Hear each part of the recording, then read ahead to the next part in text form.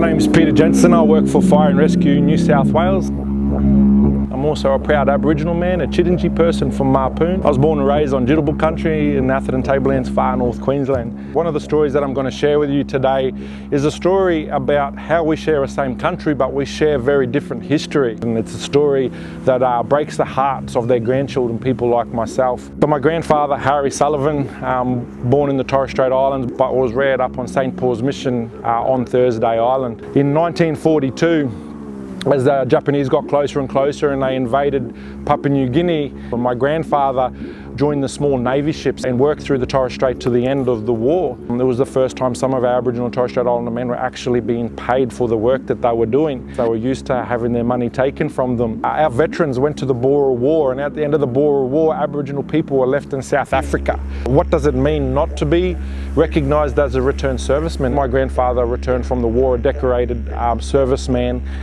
had his uniform confiscated and his medals taken off him and sent back to the mission, to all the rules of the mission also. So you're pretty much asked to go to the toilet, you were told where you worked, you were managed by the mission, you couldn't marry who you wanted to marry. Back in those times, in 1945, Aboriginal and Torres Strait Islander people weren't even counted as human beings. Every year going to Anzac, it was so important to my grandfather, and we used to march at the Atherton Tablelands dawn service, and my grandfather wasn't allowed to march with the returned servicemen. He was forced to march with the civilians at the back. And in 1991, when he was finally given his recognition, that was the first year he got to march up front with other returned servicemen, which was a really big day for us. And my mum got us all fresh haircuts and we got dressed in our school uniforms, and we joined our grandfather marching at the front of the Anzac parade for the very first time. Unfortunately, my grandfather died that Christmas in 1991 and was only ever allowed to march in one Anzac parade, recognised with the respect and dignity that he deserved at the front with the other returned servicemen.